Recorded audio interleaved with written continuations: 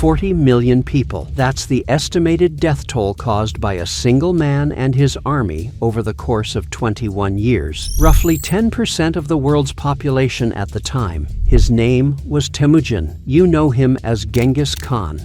Welcome, I'm the Traveler, and today we're talking about the most contradictory man who ever lived. Genghis Khan destroyed more cities than any conqueror in history. He erased entire civilizations from the map. He killed so many people that carbon in the atmosphere actually decreased because there weren't enough people left alive to burn firewood. And this same man created the Silk Road, invented the most efficient postal system in the world, instituted religious freedom across the largest empire Earth has ever seen, and wrote one of the first constitutions in history. How is it possible that the greatest destroyer and the greatest builder in history are the same person? That's the question. And the answer is more disturbing than you think. Temujin was born around 1162 on the Mongolian steppe, not in a palace, not into a powerful family, in a felt tent, in the middle of nowhere, in a territory where winter temperatures dropped to -40 degrees. His father, Yesugei, was the leader of a small clan. When Temujin was 9, his father was poisoned by a rival tribe during a dinner. Without a leader,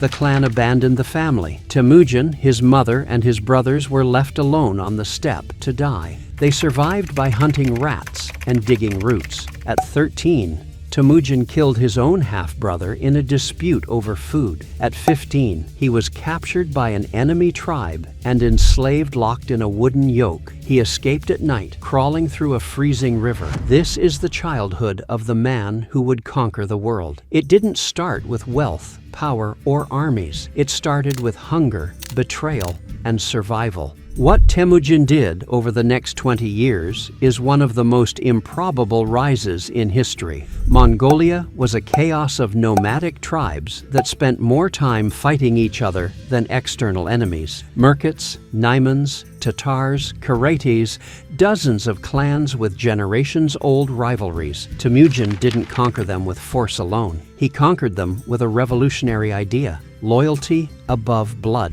In tribal armies, you fought for your clan, your family. Temujin destroyed that system. He reorganized his warriors into units of 10, 100, 1,000, and 10,000, deliberately mixing tribes. His most trusted general could be from a former enemy tribe. What mattered was competence and loyalty, not lineage. In 1206, at a great council called a Kurultai, all Mongol tribes recognized Temujin as supreme leader. He received the title of Genghis Khan, the universal ruler. He was 44, and the world had no idea what was coming.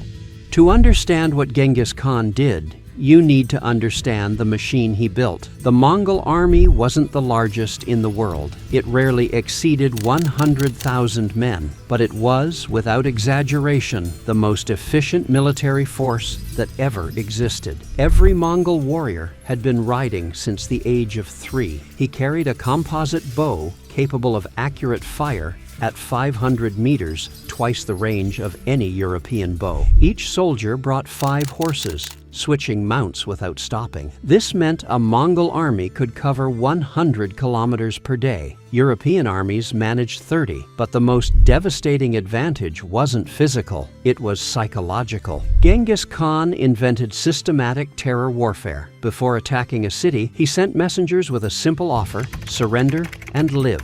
Resist, and everyone dies. No exceptions. Cities that surrendered were incorporated into the empire with their structures intact. Those that resisted were erased completely. Men, women, children, sometimes even the cats and dogs. This wasn't random cruelty, it was strategy. Because after the first city was destroyed, the second surrendered. In 1209, Genghis Khan began the expansion. First, northern China. The Jin dynasty, a power with 50 million inhabitants and walls that had stood for centuries, fell in less than a decade. Beijing was besieged and sacked, the population massacred. Then came the West. In 1219, the Shah of the Khwarezmian Empire, which controlled Persia, Afghanistan, and parts of Central Asia, made the most expensive mistake in history. He killed Genghis Khan's ambassadors. The response was the apocalypse. In 2 years, cities that had existed for millennia were erased. Samarkand, with 400,000 inhabitants, destroyed. Bukhara,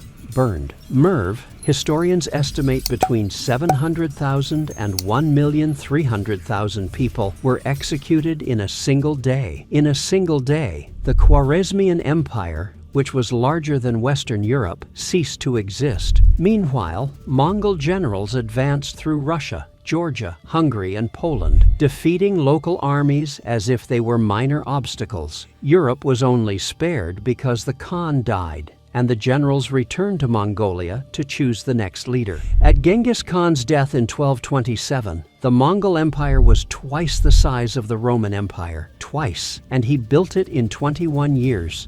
And here, the video changes direction, because this story doesn't end with destruction. Genghis Khan did something almost no conqueror ever did. He built something that worked. The Silk Road, the greatest trade network of the ancient world, had been fragmented by centuries of local wars. Genghis Khan reunified it. For the first time in history, a person could travel from Beijing to Venice in safety. Trade, ideas, technologies, and religions flowed freely across an 8,000-kilometer corridor. He created the Yam, a postal system with stations every 40 kilometers, fresh horses at each stop, messengers covering 300 kilometers per day. No European system would be as efficient until the 19th century. He wrote the Yasa, a legal code that prohibited torture of prisoners, guaranteed total religious freedom, punished theft with death, and exempted doctors and teachers from taxes. Religious freedom in the 13th century. Christians, Muslims, Buddhists, and shamans coexisted under the same law. While Europe was burning heretics, the Mongol Empire protected all faiths. That's the paradox. The man who erased cities was the same man who protected religions. The one who massacred millions was the same one who guaranteed safe commerce for all.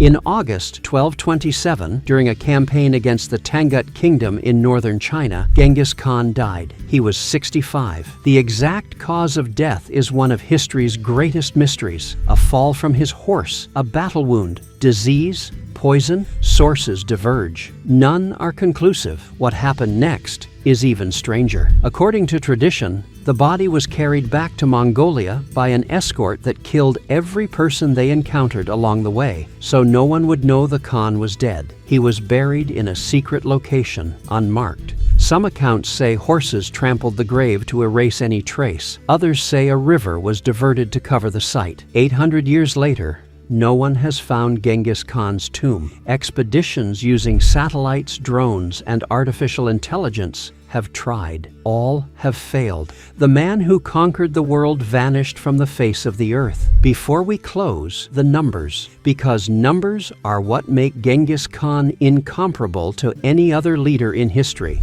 40 million dead, approximately 10% of the 13th century's world population. The Mongol Empire at its peak covered 24 million square kilometers, the largest contiguous land empire in history, larger than the British Empire, if we only count territory connected by land. In 2003, a genetic study found that approximately 16 million men alive today, 0.5% of the entire male population of the planet, carry a Y chromosome lineage traceable to a single man who lived in Mongolia in the 13th century.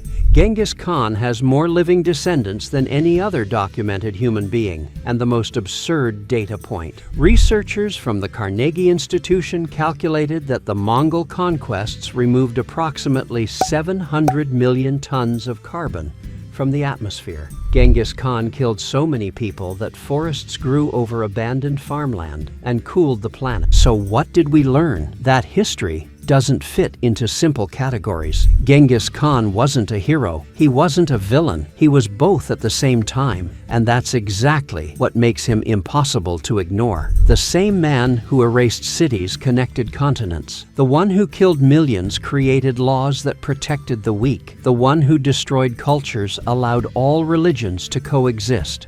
Genghis Khan is proof that absolute power doesn't produce simple results. It produces paradoxes. It produces contradictions that history spends centuries trying to resolve and never does. I'm the Traveler, and this is just one more story that time almost erased, but not completely.